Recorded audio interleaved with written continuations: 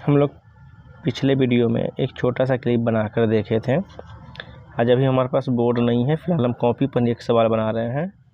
2011 का है। बोला गया है सवाल कि एक आयत की लंबाई l है। हमने आयत की लंबाई क्या लिखा, l, और इसकी चौड़ाई लंबाई की आधी है, तो चौड़ाई हो गई लंबाई की आधी। हमने एक आयत बनाया, मान लिया ये आयत फर्स्ट है, इसकी लंबाई l और चौड़ाई l/2। ये प्रश्न के हिसाब से चौड़ाई लंबाई की आधी हुई। बोला इसका परिमाप क्या होगा, हमको इस आयत का परिमाप बताना है। परिमाप क्या होगा, यदि इसकी लंबाई को दोगुनी कर दे, यानी पहले जो l था वो क्या हो जाएगा, दोगुनी मतलब 2l, और चौड़ाई को समान रखा जाए तो चौड़ाई l/2 यहाँ भी था तो यहाँ भी रहेगा। हम इसको आयत 1 मानते हैं, इसको आयत 2। जब हम आयत 1 का मतलब परिमाप निकालते हैं तो परिमाप का फॉर्मूला क्या होता है, 2 इंटू लंबाई जोड़ चौड़ाई। 2 फॉर्मूला से लंबाई का मान l है, चौड़ाई का मान l/2 है। तो यहाँ पे हम लोग जब यहाँ पे बट्टा में 1 छुपा हुआ है तो 1 को 2 से लघुत्तम लेंगे तो हो जाएगा 2, 2 को l से गुणा करेंगे तो हो जाएगा 2l प्लस यहाँ l, यहाँ देखेंगे तो हो जाएगा 2, यहाँ 2l प्लस l कितना हो जाएगा 3l, और बट्टा में 2, 2 से 2 कैंसिल तो कितना आ गया 3l। ये हो गया हमारे आयत 1 का परिमाप। अब निकालेंगे आयत 2 का परिमाप। फार्मूला सेम रहेगा,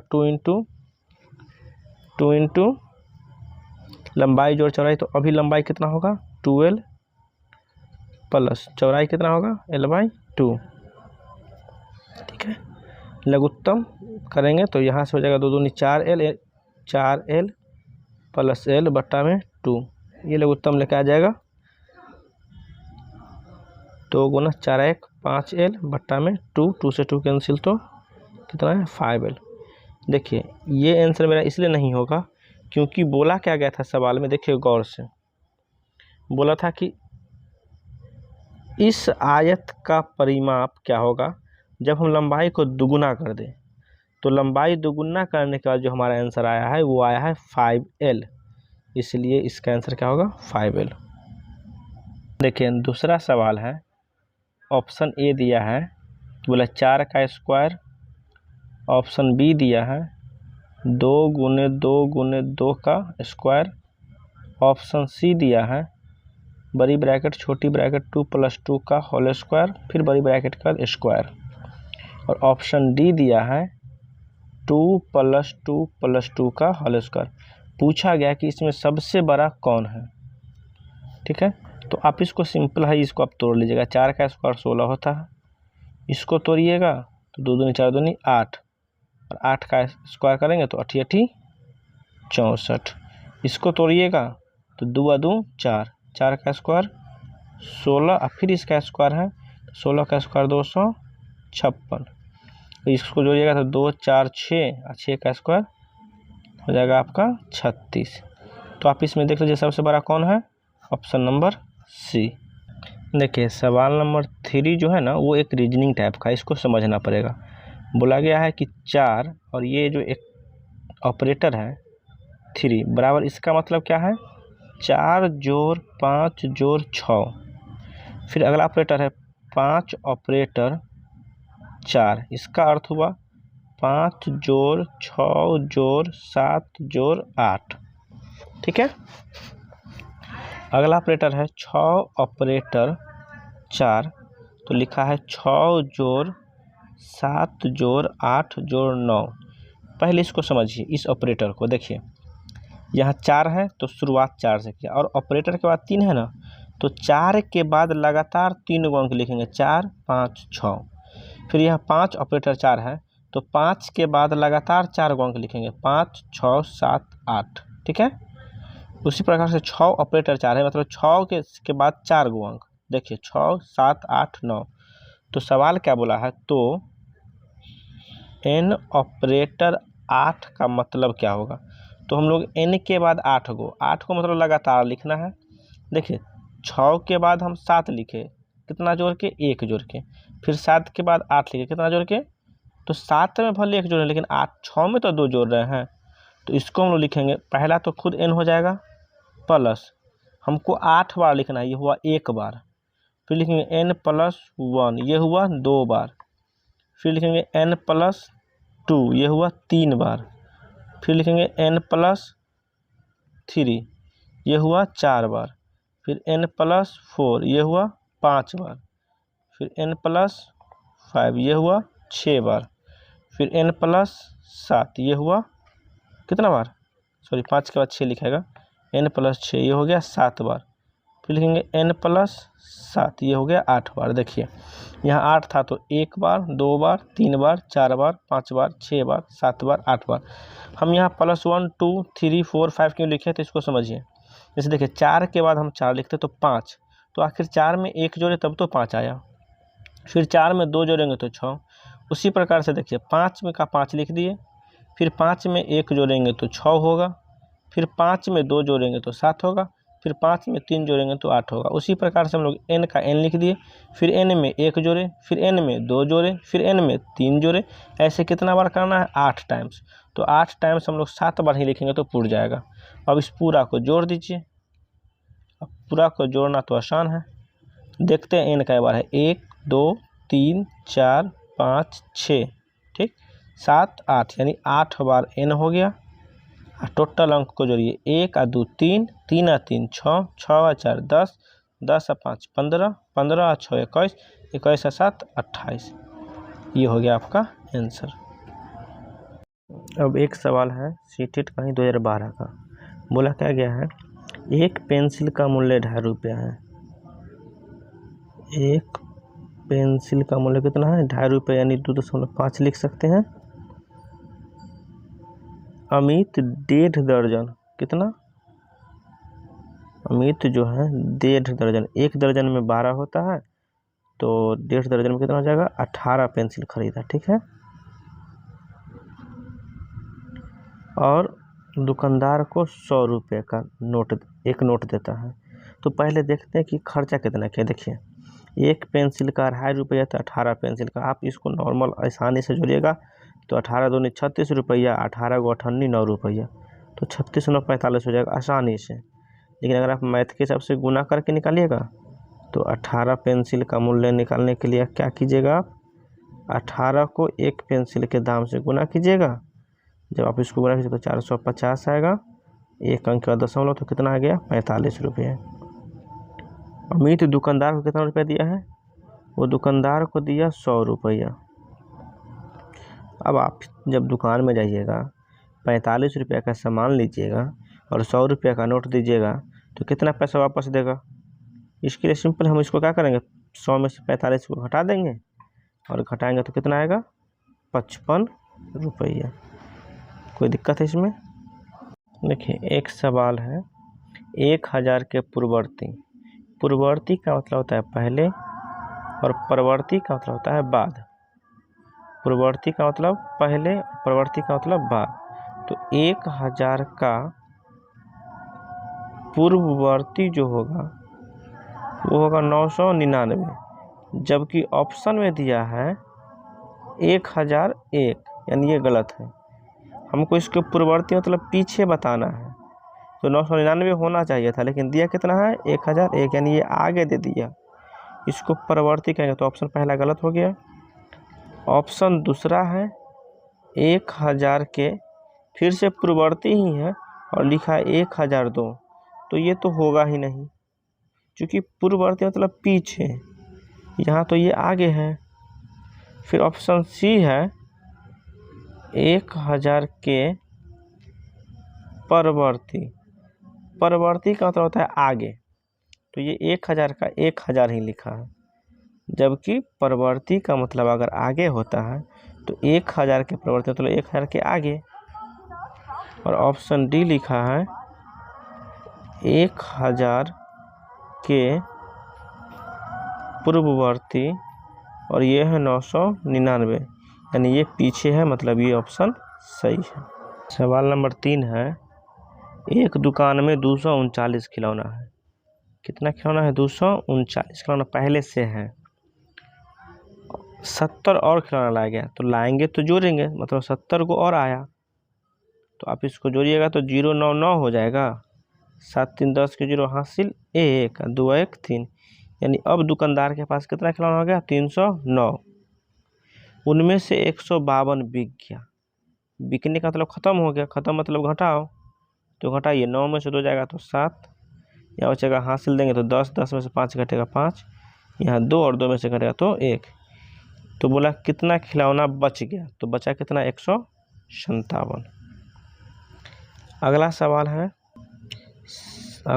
37 59 गुने 95 73 के गुणनफल में दहाई और इकाई अंक का योगफल। देखिए ये सब सवाल अगर आप ट्रिक वगैरह खोजिएगा तो बनेगा ट्रिक से, लेकिन परीक्षा में इतना टाइम आपके पास बचेगा सीटेट में कि ये आप इसको गुना करके देख लीजिए। 9 3 27, हासिल कितना आएगा, हासिल आएगा 2, 5 15 2 के साथ हासिल 1, 7 21 1 22। इसके आगे मत जाइए, हमको दहाई तक ही चलना है। अब इधर देखिए, अब इसको गुना करेंगे तो 7 63 के 3, हासिल कितना आएगा 6, 7 5 35 6 41, हासिल 4। इधर मत जाइए क्योंकि हमको दहाई तक ही रहना है। अगर आप इसको इससे गुना कीजिएगा तो यहाँ तो एक अंक छोड़िएगा गुना के हिसाब से, तो अब इसको जोड़िएगा तो 7 का 7 आएगा और 7 3 10 के 0। इधर क्या अंक आ रहा है हमको उससे मतलब नहीं है, हमको मात्र केवल दहाई मतलब इकाई और दहाई दो ही जोड़ना है। तो 0 और 7 को जोड़ेंगे तो कितना आएगा 7, यानी दहाई अंकों का योग कितना आएगा 7। अगर आपको इससे भी नहीं समझ में आया है तो आप गुना कर लीजिए और इकाई दहाई निकाल के जोड़िएगा तो आपको 7 आ जाएगा। सवाल नंबर 5 है 500 centimetre plus 50 metre plus 5 kilometre बराबर कितना होगा। ये सवाल बहुत आसान है। देखिए या तो सबको 1 मिनट में कर लीजिए तो सबसे आसान कर लीजिए।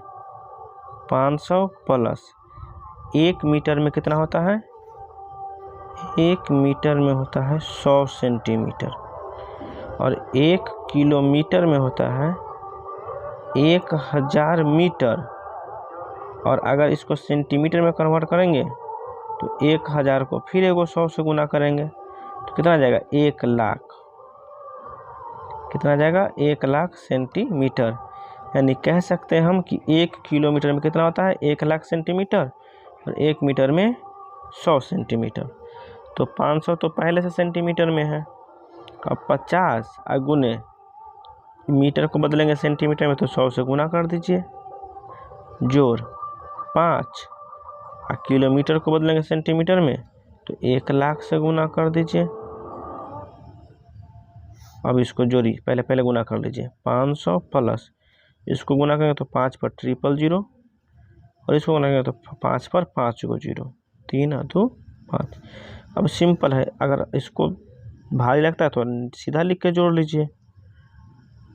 देखिए थोड़ा टाइम लगे इस चीज़ को बर्दाश्त कीजिएगा, लेकिन ये सब सवाल अगर वहाँ गलती होगा ना तो फिर एग्ज़ाम के बाहर बहुत ज़्यादा सर पिटिएगा।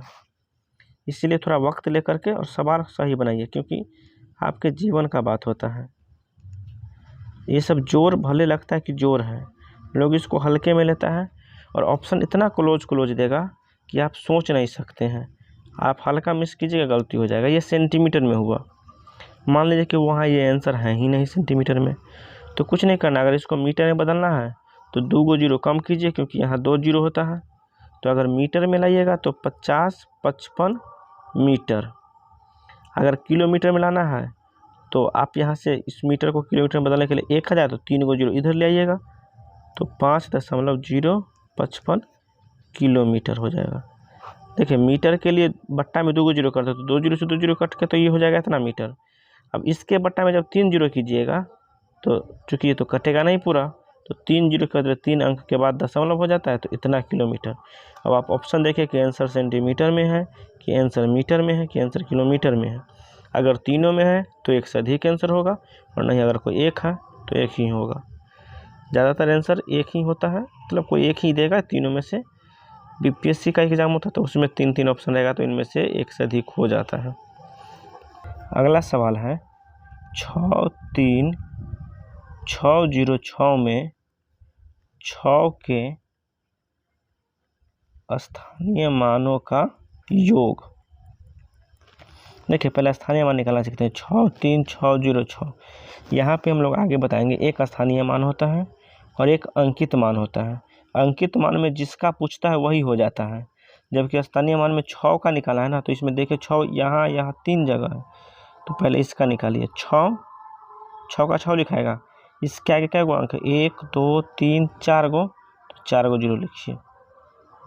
फिर ये 6 है, 6 लिखिए। इस 6 के बाद क्या गो अंक है? 2 गो, तो 2 0। फिर ये 6 है, तो फिर ये 6 लिखिए। चूँकि इसके बाद कोई अंक नहीं है तो इधर कोई 0 नहीं लिखाएगा। जोड़ दीजिए 6 0 6 0 6। ये हो गया आपका स्थानीय मान का योगफल। अगर अंकीय मान मतलब अंकित मान पूछता है तो फिर हम बताएंगे किसी और वीडियो में कि अंकित मान कैसे निकलता है।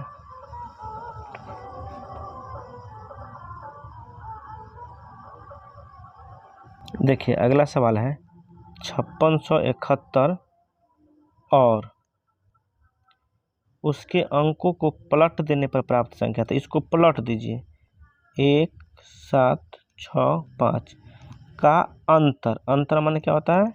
घटाओ। देखिएगा ध्यान से, सवाल है 5 6 7 1, ठीक है, और इसके अंकों को पलटने की संख्या। था अंक को पलटेंगे तो 1 7 6 5, इसका अंतर क्या होता है? घटाओ। अब इसको घटा लीजिए। 11 में से 5 घटेगा 6, यहाँ 6 में 6 घटेगा 0, यहाँ 6 में से 7 तो घटेगा तो हासिल लेंगे तो 16, 16 में 7 घटेगा 9, यहाँ 5 नहीं है 4 है, 4 में से घटेगा तो 3। ये होगा आपका आंसर। अगला सवाल देखिए, लिखा है 1 गुने 1 बराबर 1, फिर लिखा है 1 1 गुने 1 1 बराबर 121, फिर लिखा है 1 1 1 गुने 1 1 1 बराबर 1 2 3 2 1। हम इसको 111 क्यों नहीं पढ़ रहे हैं आपको बताएंगे, 1 1 क्यों पढ़ रहे हैं। तो आपसे पूछा क्या है? 1 1 1 1 1 5 बार गुने 1 1 1 1 1 5 बार होगा इसका मान। तो इसको पैटर्न समझिए। देखिए यहाँ 1 है तो 1 लिखा, यहाँ 2 बार 1 है ना तो 1 2 और फिर उल्टा करेगा तो 1, फिर यहाँ 3 बार है तो 1 2 3 और फिर उल्टा चलिए 3 से पीछे तो 2 1। वैसे ही यहाँ क्या है? 1 2 3 4 5, तो 5 बार लिखिए। 1 2 3 4 5। अब 5 से उल्टा चलिए तो 5 के बाद 4 3 2 1। ये हो गया आपका आंसर। समझने में कोई दिक्कत है? अगला सवाल है 19,000 प्लस 19 सैकड़ा प्लस 19 इकाइयाँ। देखिए ये सब सवाल बच्चों वाला है, लेकिन आखिर सीटेट 1 to 5 बच्चों को ही तो पढ़ाना है ना, तो उसी के हिसाब से 19,000 के लिए 3 गो, फिर 19 सैकड़ा के लिए 2 0 और इकाई के लिए 0 नहीं होता है तो 19 का 19 जोड़ दीजिए। 9 1 9 9 1 10 के 0, हासिल 1 1 1 2। ठीक है। अगला सवाल है 1/2 में कितना 1/8 है। जब भी पूछेगा इसमें कितना ये है तो कुछ नहीं करना है, भाग कर दीजिए। कितना 1/8 है तो भाग 1/8। अब तो भिन्न का भाग जानते हैं, 1/2 भाग बदलेगा गुना में, ये अंक पलट जाएगा तो 8 कितना हो जाएगा 1, काट दीजिए कितना आएगा 4। ये हो गया आपका आंसर। अगला सवाल बहुत आसान है। देखिए बोला क्या है 2:58 PM, PM माने दोपहर होता है, में से 4 घंटा 59 मिनट पहले कितना समय होगा। इसको समझिए, कितना समय पूछा है। तो इस टाइप के सवाल के लिए ना एक तरीका है, इस घड़ी को ना 24 घंटे में कन्वर्ट कीजिए। तो 24 घंटे के हिसाब से हम लोग जानते हैं कि 12 के बाद 1 न बज के, इसके लिए हम इसको 24 घंटा में कन्वर्ट करेंगे तो 12 के बाद 1 नहीं बज के क्या बजेगा 13 और 14, तो 2:58 को हम लिखेंगे 14:58 और उसमें से हमको घटाना है 4:59। इसके लिए देखिए बहुत आसान होता है। क्या आसान होता है कि हम लोग क्या करेंगे, अगर इधर से इधर हासिल देंगे घटाने के क्रम में, तो गौर से देखिए ये मेरा घंटा है और ये मिनट है। जब आप यहाँ से एक हासिल लेते हैं तो हासिल देने के क्रम में आप इसको मिनट ना देकर क्या हासिल देते हैं घंटा, और जब आप इसको 1 घंटा हासिल दीजिएगा मतलब आप 60 मिनट इसको दिए हैं। तो इससे घटाने के लिए इसको जब यहाँ से 1 घंटा निकालेंगे तो हो जाएगा 13, और इसको 1 घंटा दिए तो हो जाएगा 58 मिनट पहले से है, और 1 घंटा दिए तो कितना मिनट देंगे 60 मिनट। तो आप इसको जोड़िएगा तो हो जाएगा 13, और जोड़ने पर आ जाएगा ये 8 और 6 5 11 इतना। यानी अब ये होगा ये जो 14 था ये हो गया इतना। इसमें से घटा लीजिए 4 मिनट घंटा 59 मिनट, हासिल दीजिएगा तो 9 आएगा, फिर यहाँ 5 आएगा, 13 में से 4 घटेगा तो 9, यानी हो गया 9 घंटा 59 मिनट।